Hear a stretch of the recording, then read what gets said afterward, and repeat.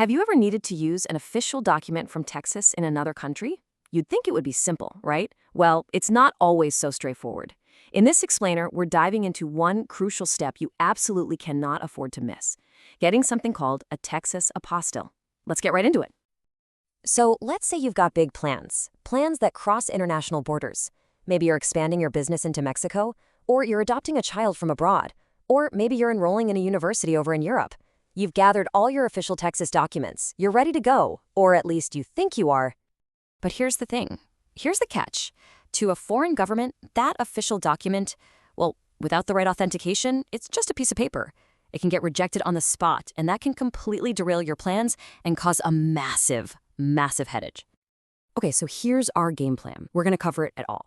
We'll start with why this is even an issue in the first place. Then we'll define exactly what this apostille thing is. After that, we'll walk through the official state process and, a simpler way to get it done. And finally, we'll look at the common mistakes that can totally trip you up. First up, let's talk about the core challenge here. I mean, why isn't a Texas-issued birth certificate or a business license just automatically accepted everywhere else in the world? The need for this is way more common than you might think. We're talking about everything from filing for immigration, to submitting your university transcripts, to legal matters like marriage or divorce decrees. Every single one of these requires your documents to be seen as legit by another country's authorities. So how in the world do you get past that international wall? Well, the solution is something called an apostille. Honestly, you can think of it like a universal passport for your document. It's the key that unlocks it for official use pretty much anywhere. And here's a really crucial distinction to make. An apostille doesn't verify the content of your document. It doesn't care what it says. All it does is certify one thing: that the signature of the public official on it, like a notary or a county clerk, is authentic and legitimate. That's it. And this is what makes the whole system so powerful. There are over 120 countries that are part of an agreement called the Hague Convention. And what that means for you is that a single apostille from Texas is accepted in all of them. No need for different authentications for every country, which, let me tell you, is a huge time saver. Okay, so how do you actually get one of these? Let's take a look at the official state process. This is where, if you're not careful, things can get a little bit tricky. And hey, it's not just me saying it's complicated. The process is officially described as intricate and time-consuming.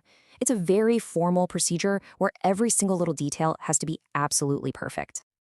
So here's the typical path. First, you need an original or a freshly certified copy of your document. Then, depending on what it is, it might need to be notarized correctly. After that, you submit everything to the Texas Secretary of State's office. They review it, and if everything is in order, they attach the official apostille certificate. Because that official process can have so many potential bumps in the road, it's definitely worth looking at ways to simplify it, especially if you're on a tight deadline or, you don't live in Texas. You basically have two choices. You can go the do-it-yourself route, and that can work, but you're dealing with the risks of mailing original documents, potential government backlogs, and of course, the risk of having it all rejected because of one simple error. The other option is to use an expert service that just manages the entire thing for you, making sure everything is correct right from the start. And this right here is where the difference becomes crystal clear: time. A standard mail-in process can easily take 10 days, sometimes even longer. An express service, on the other hand, can often get it all done in just 1 to 5 business days. When you have a fast-approaching deadline for a business deal or a visa application, that time is absolutely critical.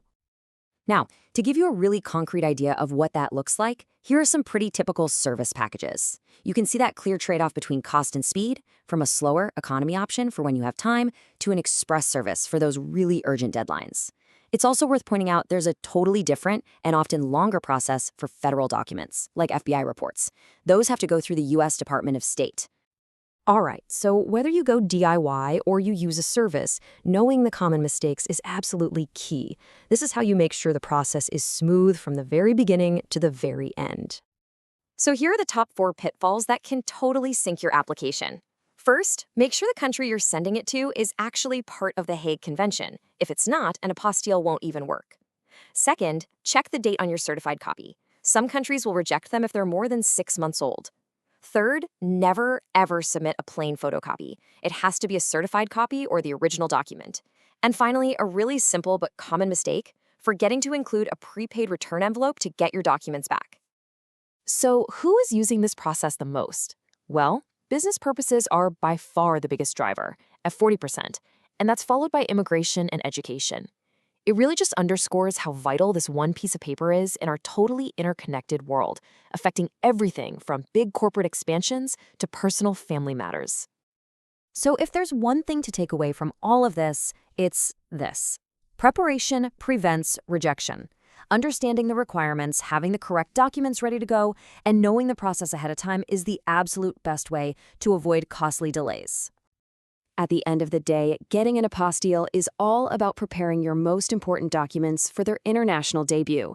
It's that final stamp of approval that ensures they're ready for the world stage. So the only question left is, are yours?